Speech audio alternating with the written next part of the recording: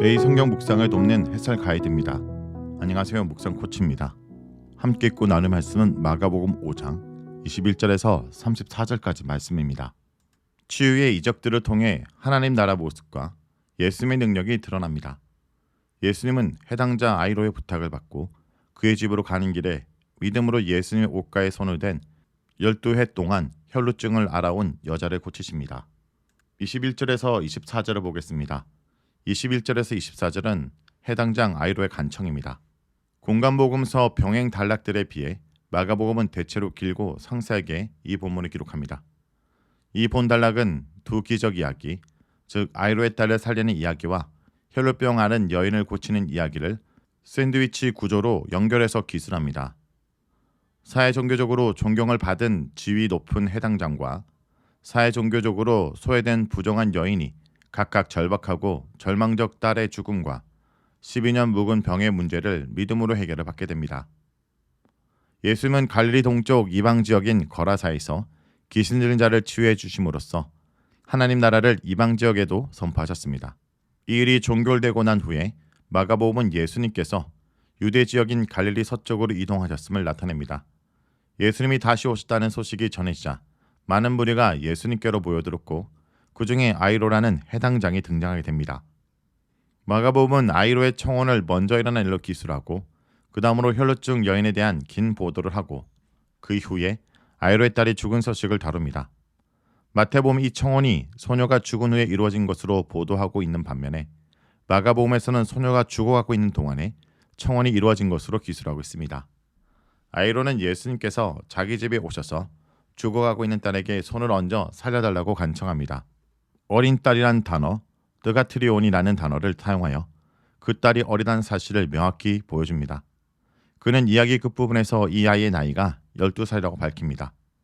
이 이야기에서 믿음이라는 단어가 분명하게 표현되어 있지는 않지만 아이로의 청혼은 예수님께서 치유의 능력을 가지고 있다는 것에 대한 실질적인 확신을 전제할 때만 이해할 수 있습니다.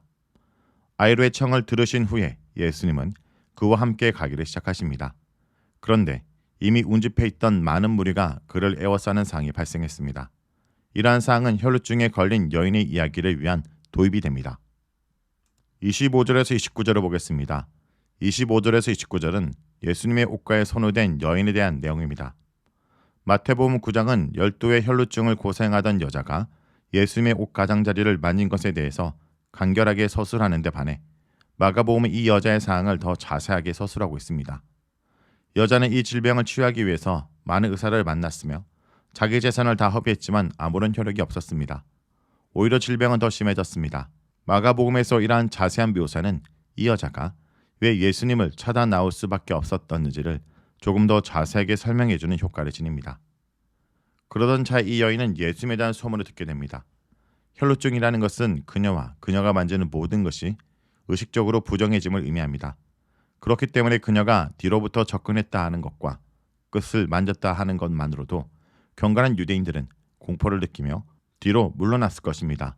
그러나 예수님께서 치유할 수 있는 능력을 가지고 있다고 확신하였기에 이 여인은 이러한 위험 요소를 뛰어넘을 수 있었을 것입니다. 아이로의 이야기와 혈루증 여인의 이야기는 자신의 비참한 사항을 해결할 수 있는 분이 예수님이라는 확신과 믿음을 공통 요소로 보여줍니다. 반면에 여인의 은밀한 접근은 해당장의 공개적인 간청과 대조를 이룹니다. 그녀가 사회 종교적으로 얼마나 심각하게 격리되고 소외당하는 처지에 있었는지를 시사해줍니다. 이 여인이 예수님의 옷자락을 만지자 혈루증이 즉시 멈췄습니다. 그리고 이 여인은 자신의 질병이 치유된 것을 즉각적으로 알아차렸습니다. 마가가 이 여인이 지난 12년 동안 경험해왔던 사항을 자세하게 묘사해 주었기 때문에 이 여인이 예수님의 옷만 만져서 질병이 치유되었다고 보도해 주는 것은 한층 더 드라마틱합니다.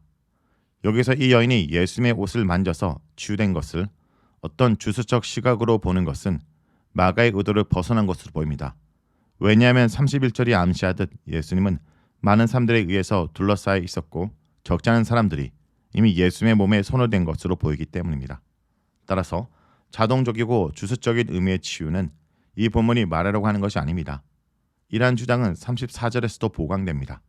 34절은 이러한 치유가 그 여자의 믿음의 결과임을 분명하게 나타내기 때문입니다. 30절에서 34절을 보겠습니다. 30절에서 34절은 혈루증을 앓은 여인의 믿음을 인정하는 예수님에 대한 내용입니다. 여인뿐 아니라 예수님도 자신에게서 치유 능력이 발생했다는 사실을 즉각적으로 아셨습니다.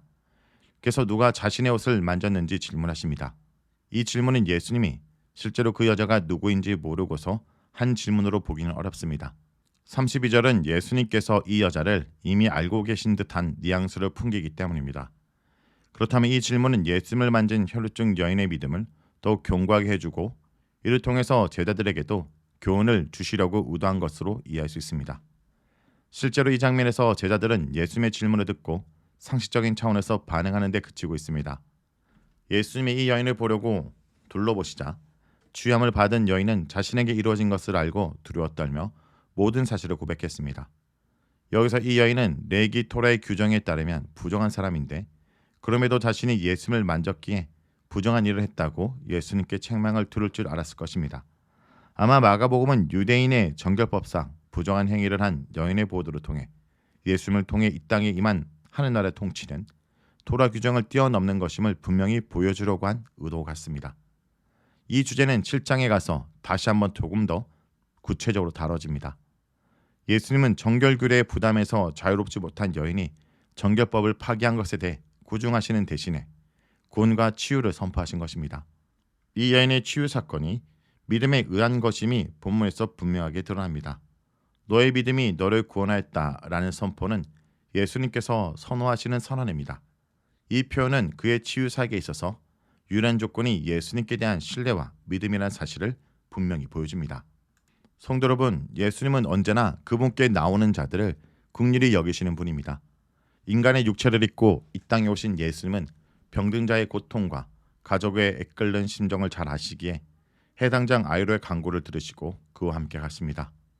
사람이 만든 헛된 우상들은 무자비하며 강한 자의 편이 되지만 예수님은 언제나 연약한 심령을 돌보시는 분입니다. 그 예수님께 내 문제와 고민을 가지고 나가길 원합니다. 말씀을 놓고 기도하겠습니다. 주님의 사랑과 능력을 신뢰하며 늘 주님 앞에 나아가 문제를 아뢰고 의지하게 하여 주시옵소서. 예수님의 이름으로 기도합니다. 아멘.